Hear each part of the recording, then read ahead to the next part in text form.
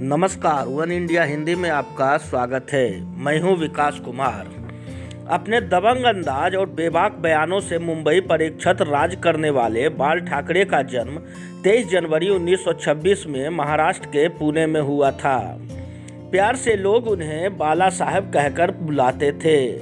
उन्होंने मराठा गौरव को पुनर्जीवित करने के लिए शिवसेना का गठन किया था। उन्होंने बतौर कार्टूनिस्ट अपना करियर शुरू किया। बाद में अपना अखबार भी निकाला।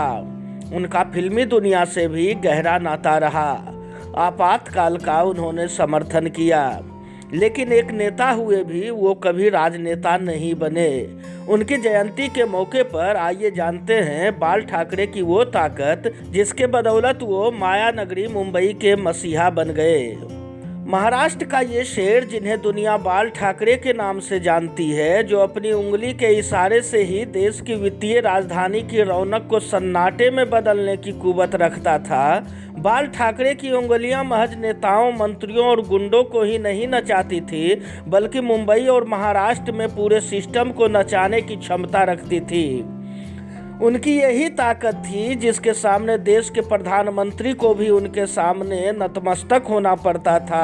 1950 के दशक के अंत में बाल ठाकरे ने जाने माने कार्टूनिस्ट आर.के. लक्ष्मण के साथ अंग्रेजी दैनिक फ्री प्रेस जर्नल से कार्टूनिस्ट के तौर पर अपने करियर की शुरुआत की थी।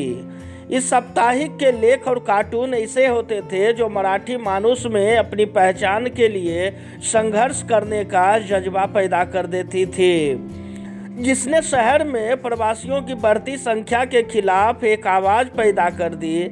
खुद को एडोल्फ हिटलर का प्रशंसक बताने वाले बाल ठाकरे ने महाराष्ट्र में मराठियों की एक ऐसी सेना बनाई जिनका इस्तेमाल वो कपड़ा मिलों और अन्य औद्योगिक इकाइयों में मराठियों को नौकरियां आदि दिलाने में किया करते थे।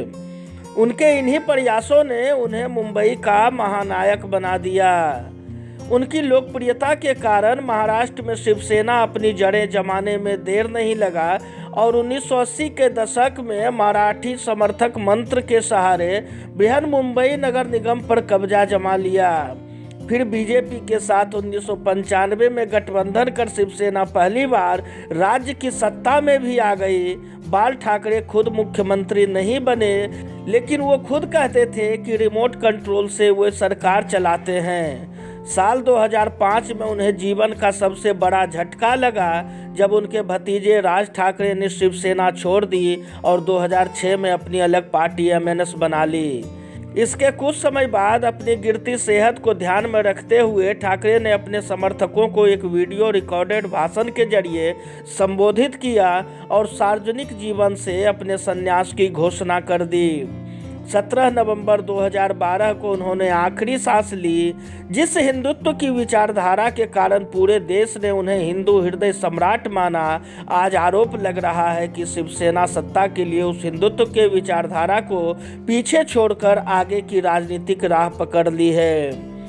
हालांकि शिवसेना अब इसे ही नया हिंदुत्व बताने में जुटी हुई है। शिवसेना को अब अटल जी वाला हिंदुत्व शायद ज़्यादा फब रहा है। भारतीय जनता पार्टी को जो आरोप करना है कर लीजिए। हम तो ये नहीं कहेंगे कि आप अटल बिहारी वाजपेयी जी को भूल गए हैं।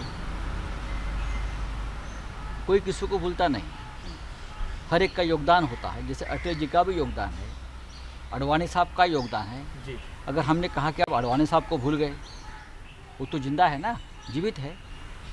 बाला साहब ठाकरे को कोई भूल नहीं सकता। उनकी विचारधारा तो प्रखर हिंदुत्व की थी, लेकिन वो हिंदुत्व उनका खोमेनी टाइप हिंदुत्व नहीं था। बहुत ही प्रोग्रेसिव हिंदुत्व के वो करता धरता रहे। राम मंदिर की लड़ाई बाला साहब ठाकरे के नेतृत्व में हमने भी लड़ी है, सबने लड़ी है। लेकिन बाला साहब ठाकरे बाबरी पतन के बाद भाग नहीं गए, वो जिम्मा अपने पर लिया है। ऐसे बाला साहब ठाकरे के बाद अगर बीजेपी उनको याद करती है तो अच्छी बात है, याद करते रहो बाला साहब। इस खबर में फिलहाल इतना ही। तमाम अपडेट्स के लिए बने रहिए वन इंडिया के साथ।